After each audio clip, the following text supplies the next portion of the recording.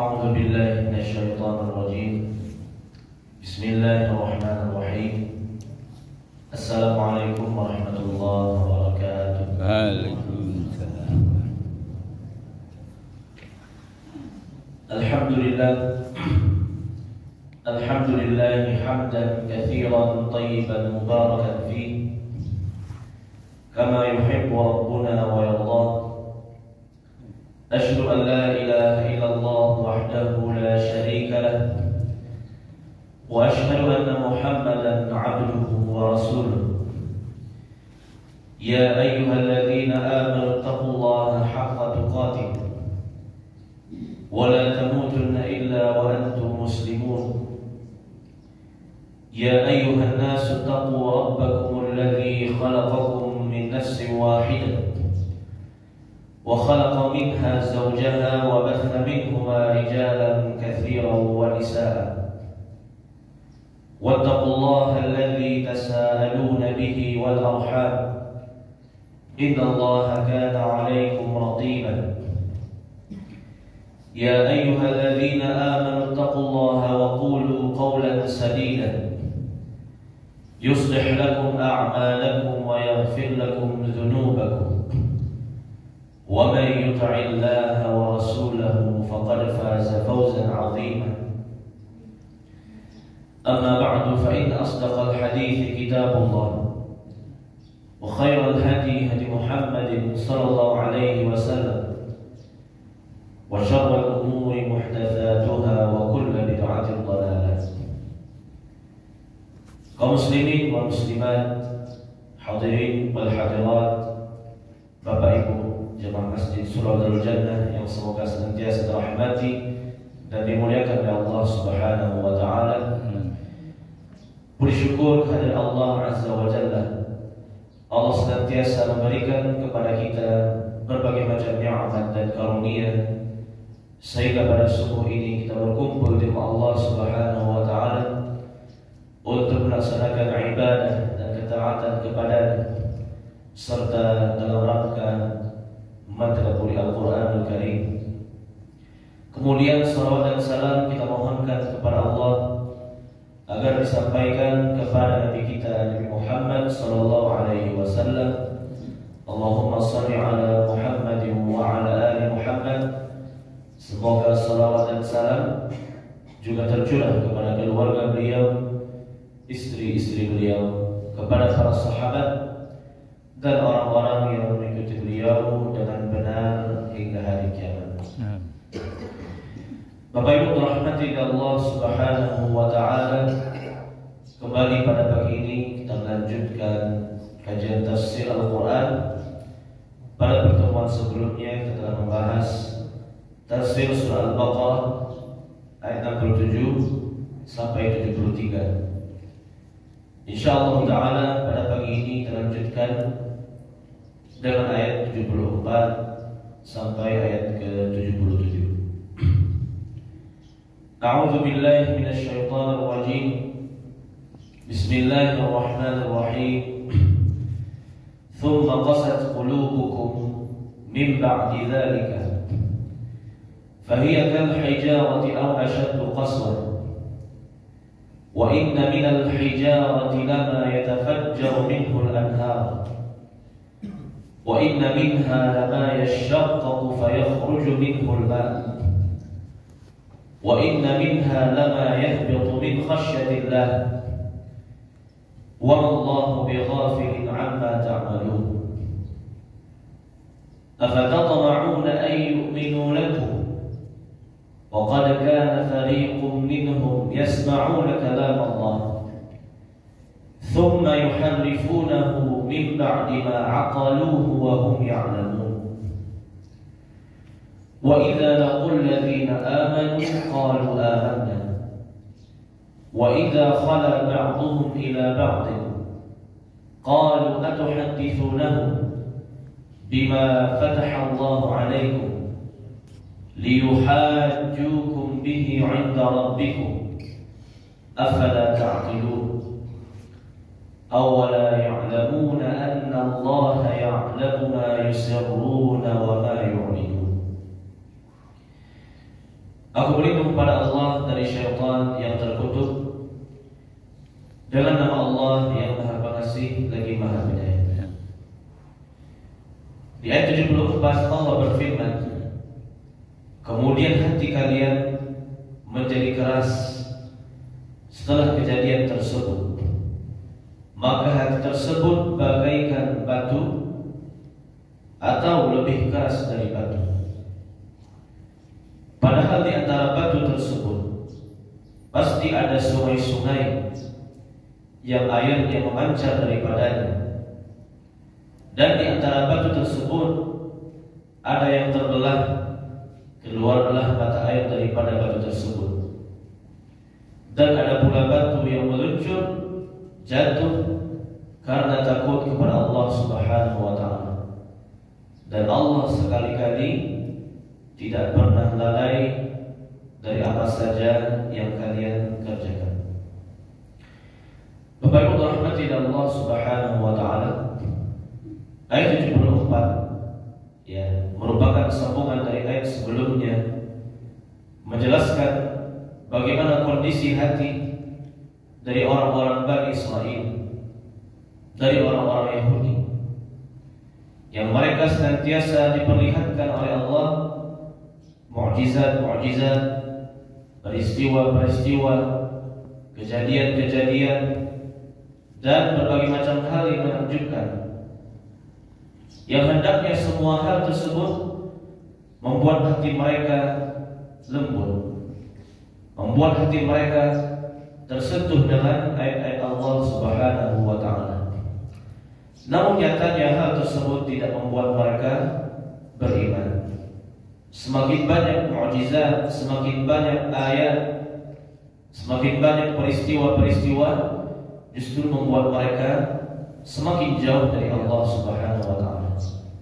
Maka Allah mengatakan, "Tsumma qasat qulubukum min ba'di dzalika." Hati kalian menjadi keras bagaikan batu, bahkan lebih keras dibandingkan batu setelah kejadian-kejadian yang kalian saksikan. Mulai diselamatkan dari Fir'aun, terbelahnya lautan, taubatnya orang-orang yang berbuat kesyirikan, berubahnya manusia menjadi kera dan babi, orang-orang yang dihukum oleh Allah dan lain sebagainya, sudah diperlihatkan kepada mereka semua. Namun fahiyya kal hijarati aw ashaddu qaswa. Kalian tidak berubah, tidak membuat kalian bertaubat, justru hati kalian semakin keras bagaikan batu atau bahkan lebih. Wa inna minal hijarati lama yatafajjaru minhu al-anhar. Di antara batu itu yang keras, yang padat, yang besar, ada yang muncul sungai-sungai darinya. Di antara batu yang keras ada yang pecah kemudian muncul mata air daripadanya. Dan di antara batu ada yang meluncur jatuh karena takut kepada Allah. Batu saja berdaya keras tunduk kepada Allah, takut kepada Allah Subhanahu wa Ta'ala. Namun kalau manusia hatinya telah keras, maka dengan ayat apapun, dengan bukti apapun, hati tersebut tidak akan melunak. Fawailun lil qasiyati qulubuhum min dzikrillah. Celakalah orang-orang yang hatinya sudah keras membatu, tidak mau lagi patuh kepada Allah Subhanahu wa Ta'ala. Innal ladzina haqqat 'alaihim kalimatu rabbika la yu'minun walau ja'atuhum kullu ayatin hatta yarawul 'adzab al-alim.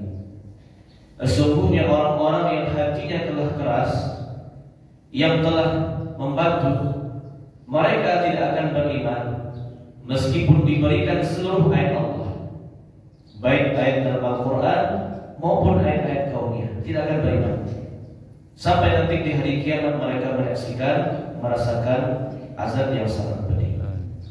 Ini bahayanya hati yang keras. Diberikan peringatan atau tidak, dia tidak akan beriman, tidak lagi patuh kepada Allah Subhanahu wa Ta'ala. Diberikan musibah, diberikan cobaan, hati tersebut tidak lagi hidup. Orang yang hatinya masih hidup, mendengarkan ayat Allah, bergetar hatinya, bertambah imannya, diberikan musibah dia akan sadar kepada Allah. Tapi kalau hati yang sudah keras, dibacakan ayat pun, diberikan ilmu pun, diberikan musibah pun, na'udzubillah min dzalik, hati tersebut tidak pernah tersentuh, tidak akan tersentuh kepada kebenaran. Merugi sekali orang-orang yang hatinya telah keras membantu, seperti orang-orang Yahudi. Bapak Ibu dirahmati oleh Allah Subhanahu wa taala, hati yang membantu ini bisa mengenai siapa saja. Bukan hanya orang-orang Yahudi, tapi semua manusia pun bisa terkena penyakit hati yang membantu ini. Dan hati yang membantu ini memiliki sebab-sebabnya. Ada beberapa hal yang bisa menyebabkan hati itu menjadi keras membantu, tidak mendapatkan petunjuk dari Allah Subhanahu wa taala. Yang pertama adalah tidak berzikir, tidak mengingat Allah Subhanahu wa taala, tidak membaca Al-Qur'an, tidak berzikir, tidak menghadiri majelis ilmu, tidak mempelajari Al-Qur'anul Karim. Itu termasuk hal yang dapat memeraskan hati. Kata Nabi sallallahu alaihi wasallam, "La tukthirul kalam bi ghairi dzikrillah fa innaha qaswatun bil qalbi." Janganlah kamu memperbanyak bicara selain berzikir kepada Allah. Karena berbicara yang tidak bermanfaat selain zikir akan membuat hati menjadi keras. Wa inna ab'adan nas ila Allah yaumal qiyamah qaswatul qalb. Sungguh manusia yang sangat jauh dari Allah di hari kiamat adalah orang-orang yang hatinya sudah keras. Memperbanyak bicara yang tidak bermanfaat, apalagi bicara yang mengandung dosa. Memperbanyak riba, menfitnah, berdusta, setiap perkataan yang bukan zikrullah, maka akan membuat hati menjadi keras. Tidak tersentuh lagi dengan ayat Allah, sulit mendapatkan hidayah petunjuk dari Allah Azza wa Jalla. Ini yang pertama, kurangnya berzikir kepada Allah. Yang kedua adalah jarang beristighfar, jarang bertaubat. Karena kita manusia adalah khata', kata Nabi. Orang-orang senantiasa terus-menerus berbuat dosa. Setiap kita berbuat dosa, segera istighfar. Setiap kita melakukan kesalahan, segera bertaubat. Kalau kita berbuat dosa dan tidak beristighfar, tidak bertaubat, maka hati juga akan menjadi keras dengan sebab dosa-dosa tersebut. Kata Nabi sallallahu alaihi wasallam, "Innal 'abda idza adnaba nukitat fi qalbihi nuktatun sauda. Fa idza huwa naz'a wastaghfar wa taba suqila qalbuhu.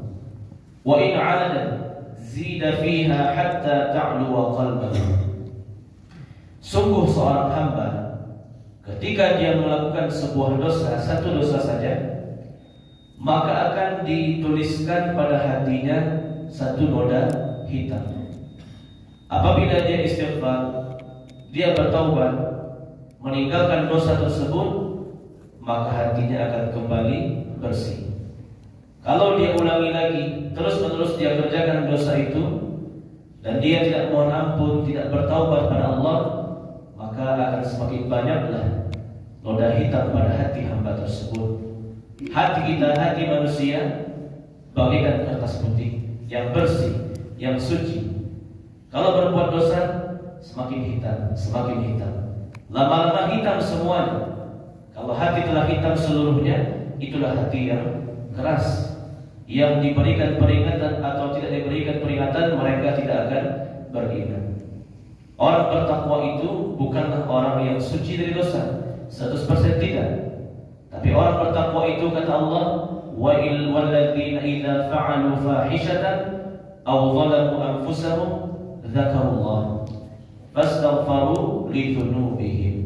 Orang bertakwa itu adalah orang yang ketika dia berbuat dosa langsung ingat Allah, sadar, dia insaf, dia istighfar, dia bertaubat kepada Allah, kemudian dia memperhatikan perbuatan dosanya tersebut. Sebab yang ketiga yang dapat membuat hati menjadi keras adalah terlalu banyak tertawa. Terlalu banyak tertawa maksud darinya adalah terlalu mencintai dunia, menikmati dunia, lupa kepada akhirat, lupa kepada Allah. La tukfiru dhahik, fa inna kathratat dhahik tumitul qalb, kata Nabi SAW. Jangan kalian memperbanyak tertawa, terlalu mencintai dunia, lupa ibadah, lupa kepada Allah. Karena memperbanyak tertawa tersebut akan mematikan hati, bukan hanya mengeraskan hati, tapi mematikan hati. Jasad masih hidup, tapi hatinya sudah mati, tidak tersentuh lagi dengan ayat Allah Subhanahu wa taala. Wala takunu kalladzina nasullaha fa ansahum anfusahum ulaika humul fasiqun. Janganlah kamu menjadi orang-orang yang melupakan Allah, melupakan ibadah, melupakan akhirat. Fa ansahum anfusahum, akhirnya Allah pun melupakan mereka, meninggalkan mereka. Ulaika humul fasiqun, mereka itulah orang-orang yang fasik, yang durhaka kepada Allah Subhanahu wa taala. Yang berikutnya juga yang dapat mengakibatkan hati menjadi keras adalah terlalu banyak makan sampai-sampai dia lupa untuk berpuasa. Apalagi kurang melaksanakan puasa sunnah. Memperbanyak makan juga termasuk hal yang dapat mengeraskan hati. Kata seorang tabi'in bernama Bishr bin Harith rahimahullah ta'ala, khaslatani taqsiyanil qalba kathratal kalam wa kathratal akli. Ada dua hal yang dapat membuat hati keras: terlalu banyak bicara selain zikir dan terlalu banyak makan, tidak mau berpuasa sunnah. Ini merupakan hal-hal yang dapat mengeraskan hati, yang hendaknya kita menjauhinya. Terlalu banyak berbicara yang bermanfaat, kurang berzikir pada Allah, melupakan Allah, melupakan akhirat, memperbanyak tertawa, terlalu banyak berbicara, terlalu banyak tertawa, mencintai dunia, berbuat dosa, tidak beristighfar, tidak mengampun kepada Allah Subhanahu wa taala. Fawailun lil qasiyati qulubuhum min dzikrillah. Merugilah, celakalah orang-orang yang hatinya telah keras membatu, tidak lagi mengingat Allah Subhanahu wa taala. Bapak Ibu dirahmati oleh Allah Azza wa Jalla. Kemudian berikutnya ayat 75 Allah mengatakan, maka apakah kalian sangat mengharapkan mereka orang-orang Bani Israel akan beriman kepadamu, sedangkan segolongan dari mereka telah mendengar firman Allah, kemudian mereka mengubahnya setelah mereka memahaminya, padahal mereka mengetahuinya. Ini merupakan vonis dari Allah Subhanahu wa taala kepada orang-orang Bani Israel, bahwasanya dimanapun, kapanpun, sampai zaman siapapun, sedikit orang Bani Israel yang akan beriman. Afatatma'una an yu'minu lakum, wahai orang-orang beriman, jangan kalian terlalu berharap mereka itu, orang-orang Bani Israel, akan beriman. Ini merupakan langsung dari Allah Subhanahu wa taala cap kepada mereka. Ya, bagaimanapun kalian akan mendakwahkannya, pasti mayoritas mereka akan tetap ingkar. Hanya sedikit di antara mereka yang beriman. Minhumul mu'minuna wa aktsaruhumul fasiqun. Sebagian kecil di antara mereka yang beriman, namun sebagian besarnya mereka tetap fasik, tetap ingkar kepada Allah Subhanahu wa taala. Wa qad kana fariqun minhum yasma'una kalam Allah. Karena sebagian mereka sudah mendengar ayat Allah, kemudian mereka mengubahnya. Ya, contoh kasusnya di zaman Nabi Musa alaihi salam, 70 orang berangkat ke Bukit Tursina mendengarkan firman Allah. Mereka telah mendengarnya, namun mereka tetap tidak beriman. Mereka minta melihat Allah secara langsung. Akhirnya mereka dihukum dengan petir yang mematikan mereka semuanya. Kembali mereka dihidupkan oleh Allah Subhanahu wa taala. Ketika mereka kembali kepada Bani Israel, mereka mengubah ayat-ayat Allah. Padahal mereka sudah mendengarkan ayat Allah secara langsung, mendengar suara Allah, mereka dimatikan, dihidupkan lagi, diberikan kesempatan hidup yang kedua, yang mereka kerjakan lebih parah dari sebelumnya.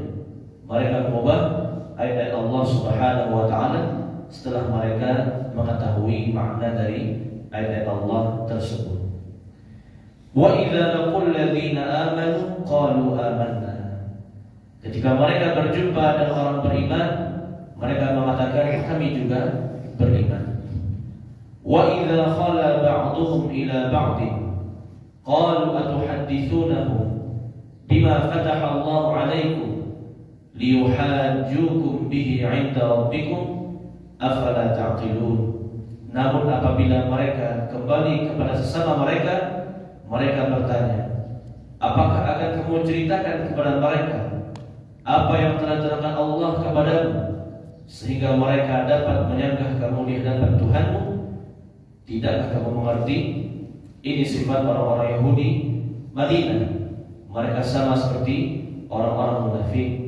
Ketika mereka bersama orang-orang beriman, mereka juga beriman, mereka juga beribadah, salat, berpuasa, berjihad bersama Rasulullah SAW.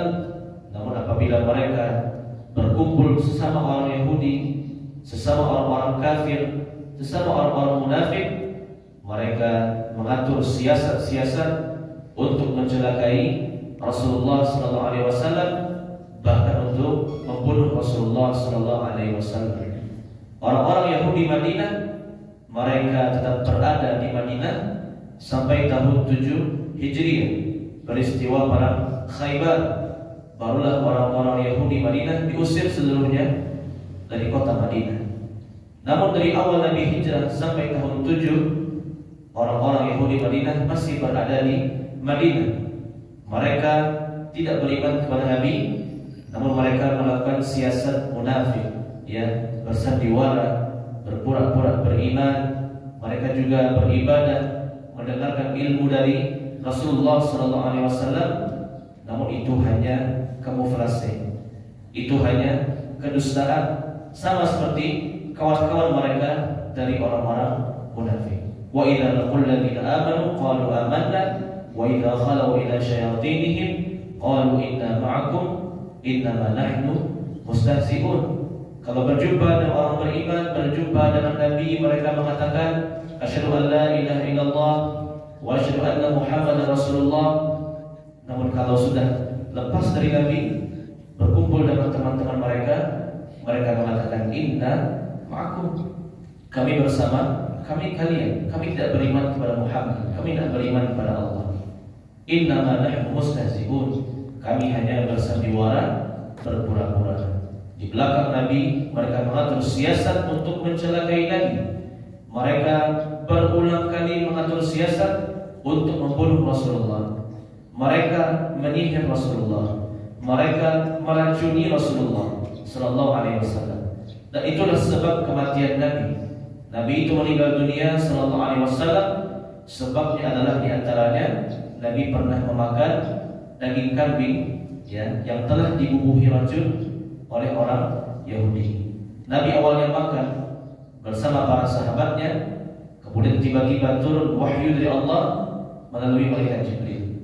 Wahai Muhammad, da'aklaka, hentikan makanmu, karena ini ada racun, ya, yang telah dimasukkan oleh orang Yahudi dalam daging kambing ini.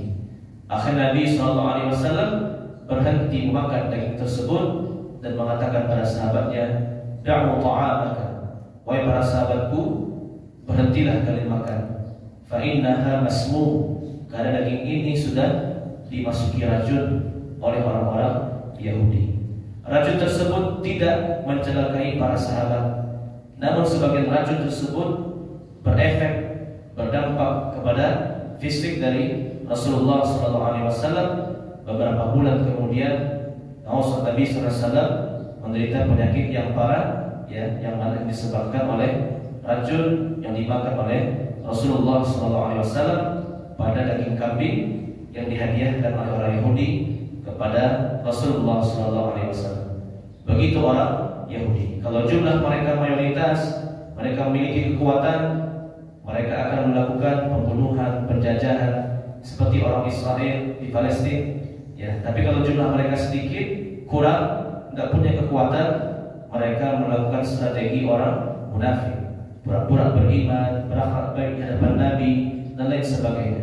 Tapi di belakangnya mereka memiliki banyak wajah, mereka mengatur siasat strategi menghentikan dakwah Rasulullah SAW, bahkan menyihir, meracuni, berniat membunuh Rasulullah SAW. Awala ya'lamuna anna Allah ya'lamu ma yusirruna wa ma yu'linun. Tidakkah mereka mengetahui bahwasanya Allah mengetahui apa saja mereka sembunyikan dan apa saja mereka tampakkan? Seluruh perbuatan manusia akan dipertanggungjawabkan di hadapan Allah Subhanahu wa taala di hari kiamat. Allah a'lam bishawab. Inilah kajian kita pada subuh ini, ya, surah Al-Baqarah. Ilmu itu semua disebut dengan zikir. Ya, terlalu banyak bicara yang tidak bermanfaat, kurangi pembicaraan yang tidak bermanfaat. Ya, terlalu banyak ya makan dan segala macam sebab tadi dihindari. Kurang beristighfar, perbanyak istighfar. Mohon ampun kepada Allah Subhanahu wa taala. Yang kedua adalah dengan memperbanyak mengingat kematian. Ya, kata Nabi sallallahu alaihi wasallam, "Kafa bil mauti wa'idhan." Cukuplah kematian itu sebagai peringatan, sebagai pelajaran. Rasulullah sallallahu alaihi wasallam, ya, dalam seminggu itu pasti ada beberapa hari beliau pergi berziarah kubur. Ya, ziarah kubur itu tidak harus ke kuburan keluarga atau kerabat. Berziarah kubur itu ke kuburan kaum muslimin seluruhnya. Tujuannya apa? Untuk mengingat kematian. Ya, Nabi SAW sering di malam hari pergi ke kuburan Baqi'.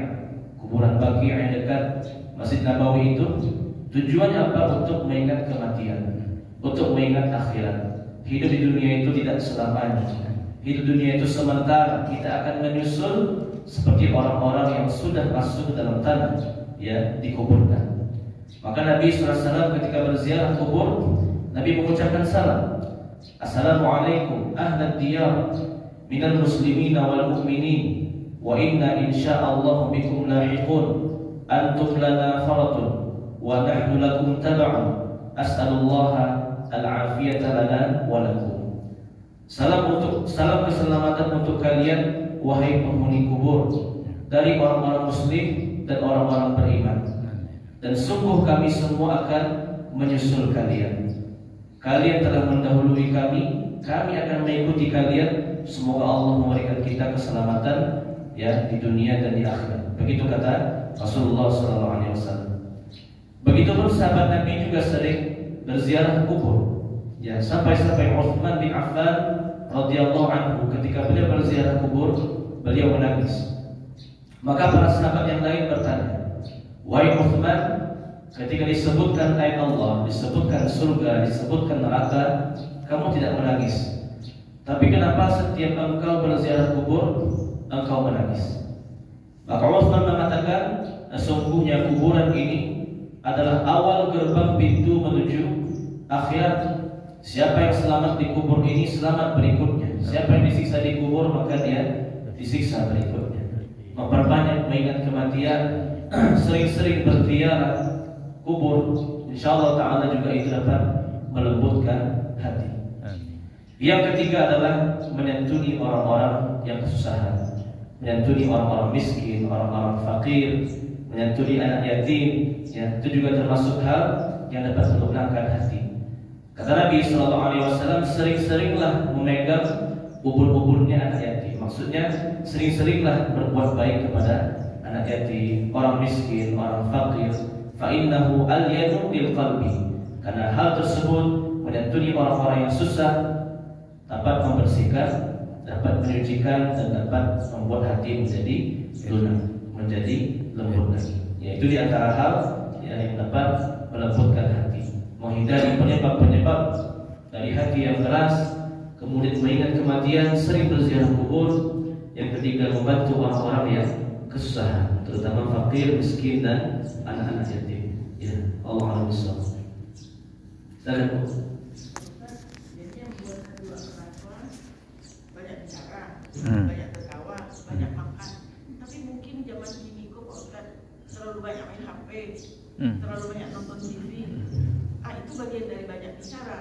banyak mendengar yang tidak bermanfaat. Mungkin nggak gitu Pak Ustaz? Ya, kalau bukan seperti itu ya gimana lagi? Artinya apa? Memang itu dia. Itulah yang membuat hati kita menjadi keras. Ya, kita beribadah, rasakanlah ibadah kita sekarang. Kita beribadah hanya rutinitas.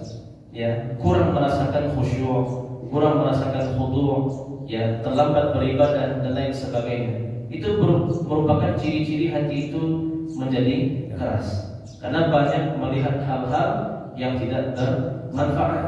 Ya, apalagi zaman sekarang ya HP, ya dengan segala keterbukaan informasinya bisa dilihat, sosial media, internet, YouTube, Instagram, apapun ada sekarang bisa dilihat. Dan bahkan tidak dilihat pun muncul dengan sendirinya. Inna sam'a wal basara wal fu'ada kullu ulaika kana anhu mas'ula. Kata Allah, ketahuilah penglihatan, telinga, hati semuanya akan dipertanggungjawabkan di hari kiamat nanti kepada Allah. Ya, kata Nabi sallallahu alaihi wasallam, "Da' ma yalibuka ila ma la yalibuka." Ya, tinggalkanlah apa yang tidak bermanfaat kepadamu, lakukanlah apa yang bermanfaat. Ya, kurang-kurang ya kita duduk di majelis ilmu belum sampai 15 menit, ya setengah jam sudah letih, sudah capek, sudah bosan. Kalau main HP sejam, 2 jam, 3 jam itu tanpa disadari, oh itu tidak semuanya. Selesai HP, buka TV, tutup TV, bicara lagi sama orang lain.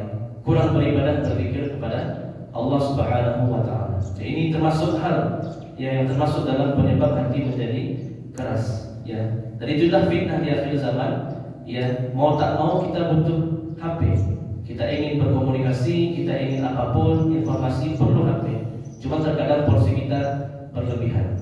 Melihat hal yang pentingnya itu cuma semenit 2 menit. Tapi hal yang kita pengennya itu nanti lebih, ya, dari apa yang kita butuhkan. Karena itulah yang membuat kita menjadi lalai, akhirnya hati menjadi keras.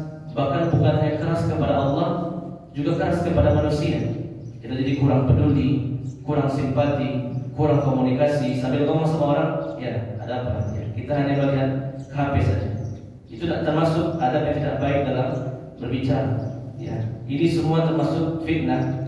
Kita mohon pada Allah, ya, agar Allah menghindarkan kita dari keburukan-keburukan teknologi komunikasi yang ada. Karena itu semua adalah pisau yang bermata dua, bisa membawa kepada kebaikan dan juga bisa membawa kepada keburukan. Ya, Allah Maha Besar. Ya. Terkait dengan umat Nabi Muhammad itu kan puasa Senin Kamis dan puasa Yahudi. Lebih utama untuk umatnya Nabi Muhammad, lebih utama puasa Senin Kamis atau puasa Yahudi? Baik, ya. Mana lebih utama puasa Senin Kamis atau puasa Daud? Allah alam bisawab, yang lebih utama bagi umat Islam adalah puasa Senin Kamis dibandingkan puasa Daud. Kenapa? Karena Nabi SAW memerintahkan kita melaksanakan puasa Daud, namun Nabi sendiri tidak melakukannya. Ya. Nabi hanya menganjurkan siapa di antara kalian yang ingin berpuasa Daud, maka berpuasalah, jangan paksakan diri. Namun kalau kita lihat praktek kehidupan Nabi tidak pernah satu hari pun berpuasa Daud. Karena ini puasa yang berat bagi orang yang mampu saja untuk melakukannya. Dan bahkan ada beberapa orang sahabat yang ingin berpuasa Daud. Ya, Senin hari pertama puasa, hari berikutnya berbuka selang Senin. Maka Nabi tanya, wahai fulan, apakah kamu yakin ingin mengamalkan puasa Daud ini sampai kamu meninggal? Maka dia mengatakan, oh bisa Nabi, saya bisa melakukannya. Ternyata ketika dia sudah tua, renta, kesulitan dia melakukan puasa Daud. Karena puasa Daud ini termasuk puasa yang berat. Ya, kalau memang ingin kerjakan, ya memang harus istiqomah dia sampai meninggal dunia. Jangan coba-coba puasa Daud setahun ini, puasa Daud setahun besok, tidak. Sebaik-baik amal itu adalah yang continue, ya, sampai diamalkan sampai meninggal dunia, istiqomah melakukannya. Kalau dirasa tidak bisa berpuasa Daud, istiqomah konsisten sampai meninggal, masih banyak opsi puasa lain yang lebih ringan. seperti puasa Senin, Kamis, Ayyamul Bir, puasa 3 hari setiap bulan, dan berbagai macam puasa sunnah yang lainnya. Kecuali dia punya azam tekad sampai meninggal dia puasa Daud, silahkan. Tapi kalau tidak mampu rasanya, lebih baik dia melakukan puasa-puasa yang lain. Masih banyak puasa yang lebih ringan, ya, yang tidak membebani seperti puasa Daud. Ya, Allah a'lam. Silakan. Mengenai ziarah kubur, Pak Ustaz, sebagai ulama ada mengatakan bahwa kami perempuan ini atau seorang istri yang suaminya meninggal tidak boleh ke kuburan gitu. Bagaimana, Pak Ustaz? Iya, kata Nabi Sallallahu Alaihi Wasallam, kuntu nahaitukum an ziyaratil kubur, ala fazuruha. Kata Nabi Sallallahu Alaihi Wasallam, dulu aku melarang kalian semua untuk berziarah kubur. Sekarang ziarahilah. Dulu awal-awal Islam, Nabi melarang untuk berziarah kubur kepada siapapun, baik laki-laki dia maupun perempuan.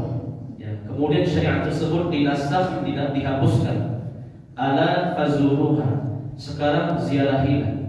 Jadi yang dilarang itu bukan cuma perempuan, termasuk laki-lakinya dulu dilarang oleh Rasulullah SAW untuk berziarah kubur. Ala fazuruha. Sekarang ziarahilah. Artinya baik laki-laki maupun perempuan silakan dia berziarah kubur. Itu yang pertama. Jadi syariat awal Islam dilarang semuanya, kemudian dibolehkan oleh Rasulullah SAW. Yang kedua, terdapat beberapa hadis khusus, ya, yang melarang perempuan untuk berziarah kubur. Dan Allah a'lam bishawab, ini karena ada sebabnya. Sebabnya adalah dulu perempuan masa jahiliyah, ketika mereka berziarah kubur, mereka meratap, mereka terlalu berduka, mereka mengingkari takdir Allah seperti itu. Selagi perempuan tersebut berziarah kubur dan dia bisa bersabar, tidak meratap, tidak masalah, tidak menimbulkan fitnah, ya, tidak masalah. Apalagi yang dia ziarahi adalah kuburan keluarganya, seperti suaminya, orang tuanya, atau anaknya, insya Allah tidak apa-apa. Selagi dia tidak melakukan perbuatan orang-orang jahiliyah. Orang-orang jahiliyah dulu, terutama perempuan, ketika mereka mendapatkan musibah, meninggal keluarganya, mereka merobek-robek kainnya, menampar-nampar pipinya. Mereka meratap, ya, mengatakan, wahai Allah, kenapa engkau berikan musibah seperti ini? Itu perbuatan perempuan jahiliyah. Itu makanya dilarang perempuan berziarah kubur, karena ada sebabnya. Mereka melakukan perbuatan orang-orang jahiliyah. Tapi kalau perempuan itu dia perempuan yang beriman, yang bertakwa, yang bersabar dengan musibah, tidak melakukan perbuatan jahiliyah, maka tidak ada larangannya perempuan untuk berziarah kubur, ya, sama seperti laki-laki. Ya, Allah a'lam bishawab. Silakan. Mengenai puasa Daud tadi, Pak Ustaz, alhamdulillah saya udah berapa tahun puasa. Udah beristiqomah. Ya pernah juga tanya Pak Ustaz, nanti kalau saya udah sakit lagi gimana Pak Ustaz? Tidak apa-apa diberhentikan, katanya boleh Pak Ustaz.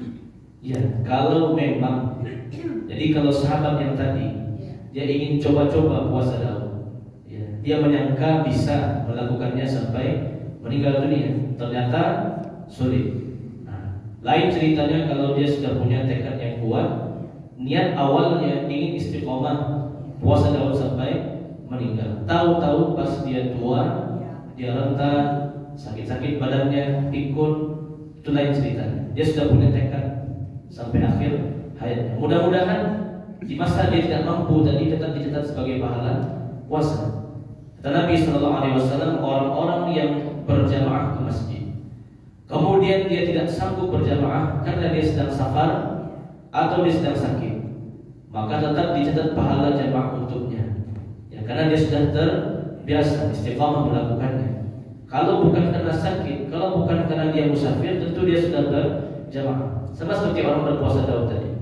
Kalau dia sehat pasti dilakukan, tapi karena dia sakit terhalang, maka dia tetap mendapatkan pahala dari puasa Daud tersebut. Jangan coba-coba intinya. Tapi kalau memang berniat, lakukan istiqomah konsisten. Mohon pertolongan pada Allah. Nanti kalau dia sakit, insya Allah dia tetap dapat pahala dari puasa tersebut. Ya, Allah Subhanahu. Silakan.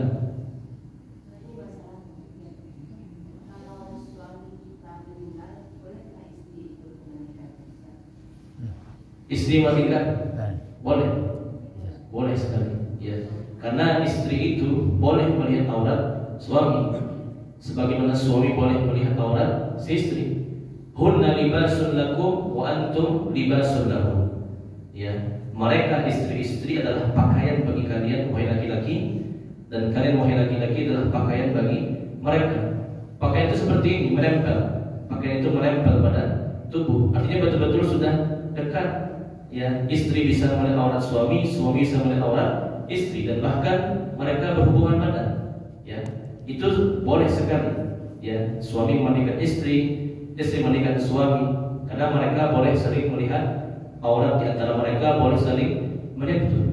Ya, bahkan dianjurkan ya, istri memandikan suami, suami memandikan istri, karena dia betul-betul libas, ya, pakaian yang saling menempel. Ya, Allah Akbar. Ya Bu. Ustaz kok berkata ya Pak Ustaz, mungkin mudah-mudahan ibu setuju, mudah-mudahan ibu setuju. Kalau sekali-kali Pak Ustaz jadi imam kami, syukur banget Pak Ustaz. Pengen dah lalu Pak Ustaz jadi imam gitu, Iya. kami gitu. Mudah-mudahan Pak Ustaz berkenan dan terus pengurus setuju gitu. Begitu Ibu. Ya. Baik, insya Allah. Pada awal mengaji di sini jadi imam waktu itu. Cuman beberapa kesempatan berikutnya tidak menjadi imam. Ya, Allah a'lam bishawab. Waktu itu ada sudah hadir di awal, ya, namun tidak dipersilakan imam. Ya, jadi tidak masalah karena memang masjid itu dia ada imam tetapnya. Tentu dia yang berhak menjadi imam. Maka beberapa kesempatan kemudian Anda tidak jadi imam lagi. Anda langsung pilih satu yang samping saja. Kalau di depan nanti lain lagi ceritanya. Tapi kalau memang dipersilakan imam tidak masalah. Tapi kalau tidak dipersilakan imam pun juga tidak masalah, karena masjid itu dia punya hak yang menentukan imamnya, khatibnya, ya pengurusnya, tidak mungkin. Ya, Anda yang mengikut saja. Ya, kalau memang dipersilakan imam, insya Allah tidak apa-apa. Ya, Allah a'lam bishawab. Ya. Baik, kita cukupkan, mudah-mudahan bermanfaat. Barakallahu fikum, subhanakallah bihamdik, asyhadu an la ilaha illa anta, astaghfiruka wa atubu ilaik. Assalamualaikum warahmatullahi wabarakatuh. Waalaikumsalam warahmatullahi wabarakatuh. Sultan Sultan